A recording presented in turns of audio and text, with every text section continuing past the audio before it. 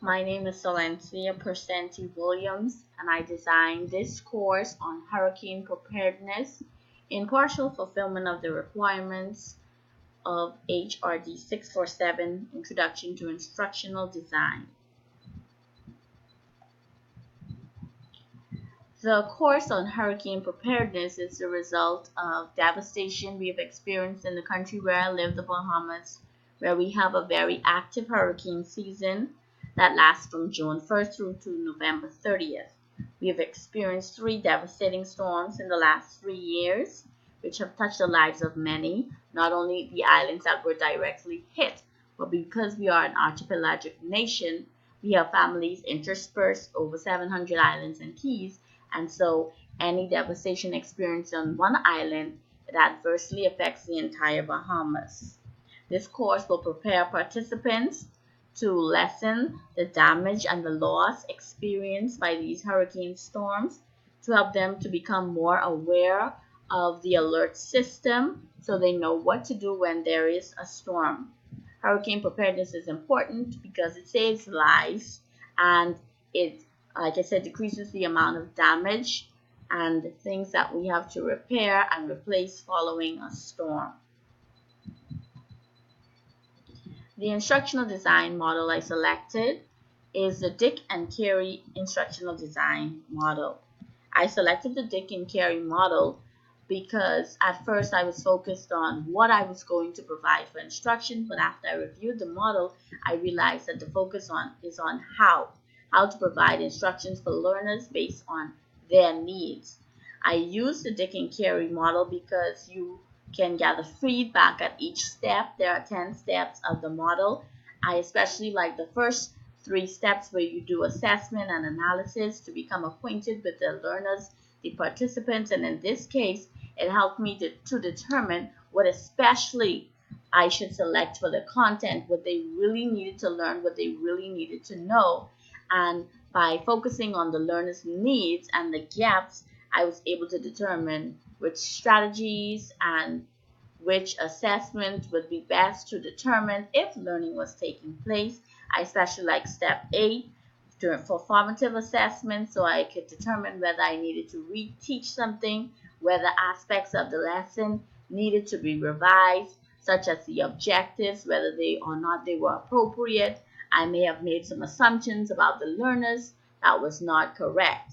And step 9, I can address those shortcomings in the content, the resources, the activities, or my instructional approach.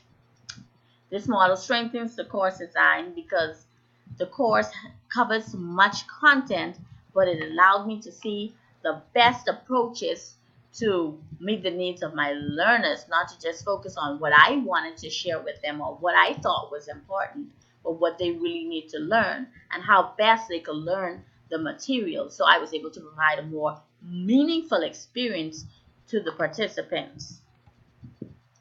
The learning objectives at the end of the lesson, students must be able to define certain key terms such as hurricane, watch, warning, which are all related to the hurricane alert system. So when they have these words, they know that I have 36 hours to prepare. That means I may need to go shopping.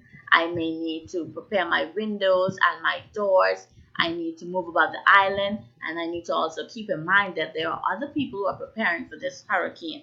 So these terms would help them to be more aware of what they need to do and what is being said in reports, such as the meteorology office would issue reports. They would know what a storm surge is, especially if you live on the coastal areas of the island. You would know you cannot stay in your home. It wouldn't be safe. You may need to move to a shelter. They'd be able to tell the difference between a hurricane watch and warning. They would use paper and pencil to write a detailed description of the weather conditions during the passage of a storm. That must include rain and wind conditions, simply so they could be able to demonstrate that they have grasped exactly what takes place during a storm. The learning requirements focus on the learners. Who are my learners? They are adult members of the community of Southern Shores. I selected this community because they experienced the most devastation during the last storm. the National Emergency Management Agency volunteers, people who may just decide that I want to help out during a hurricane. At least they have some knowledge of what is going on, what happens during a hurricane, how to prepare for a hurricane, because they'll be expected to help others, to create awareness and pass them some of this that they have learned throughout the course onto others. People across all generations. This course is designed for individuals between ages 18 to 60 years old, that include traditionalists, baby boomers, Generation X, and Generation Y. Their learning characteristics: all adult learners are self-directed. The younger generations, Generation X and Generation Y, they are technologically savvy. They love to use technology such as laptops, computers. They love the internet, and they are good at using them. They enjoy experiential learning opportunities. They have to know how will they apply what they learn, and I know that they can apply this right now. The hurricane season is upon us, so I know that this information is very appropriate and can be used right now. Ages 44 and over learn best through lectures, while young generations prefer e-learning and online instruction. So my focus was on preparing for a diverse group of learners. How have I designed this course to generally meet these needs? I basically looked at my strategies. I included some lecturing. I included some activities such as whole group discussions, so persons with experience can share those experiences and help and probably help others to learn from their experience. Some things that I may not have first-hand experience with, preparing for a hurricane, they can share those experiences. I want to cater to the various learning styles. The auditory learners, they will be able to listen, especially the traditionalists who are used to listening to radios and talking on the telephone. That would appeal to them. Then I thought about the Generation X and Generation Y, individuals who will need a variety of media. PowerPoint and the soft chalk lesson I thought would be very appropriate with the use of the internet for them. I thought that that would engage these learners and keep them interested. So I tried to balance the activities so that I could accommodate the needs of all of these learners. Instructional strategies. How will the instruction be organized?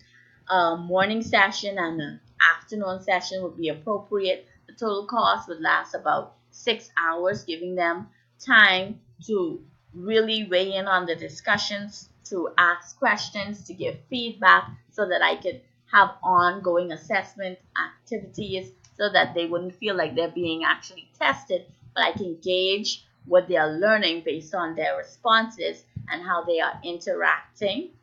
There will be breaks at each 2-hour interval so they wouldn't become bored or tired. They can move around and get a little break. The resources that would be used would be the PowerPoint presentation, the soft chalk learning, and a variety of websites. They can also use their tablets and iPads, especially for the final assessment activity. Assessment strategies. Formative and summative assessment strategies will be used. Discussions and questionings. They will create their final assessment will be to create their own hurricane plan and assemble a hurricane supply kit. And based on their plan, I would be able to determine if they have in-depth analysis of what it takes to prepare for a hurricane. I would give the option of using the iPad and the tablet or the poster board, the markers, the pens and pencils for those who are more comfortable, those who are more gifted and talented in this area. They would be able to give a better understanding of what they've grasped from the course if I allow them to use what they prefer to use best to complete their final assessment.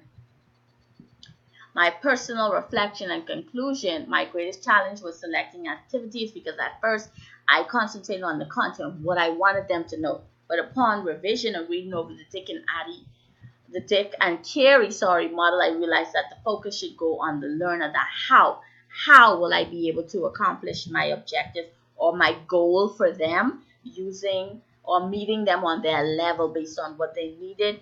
And in retrospect, I should have placed more focus on that from the beginning, and it would have been easier to decide what would be more appropriate, whether the content was too heavy, whether some of it was not appropriate, whether it was relevant or not to them. So overall, I think it's best to focus more on the learner and the learner's need, and the Dick and Carey model was good because it helped me to realize that I need to fill the gaps for the learners, and I don't have to have my own plan for these learners because my plan for the learners may not be able to address what the learners need.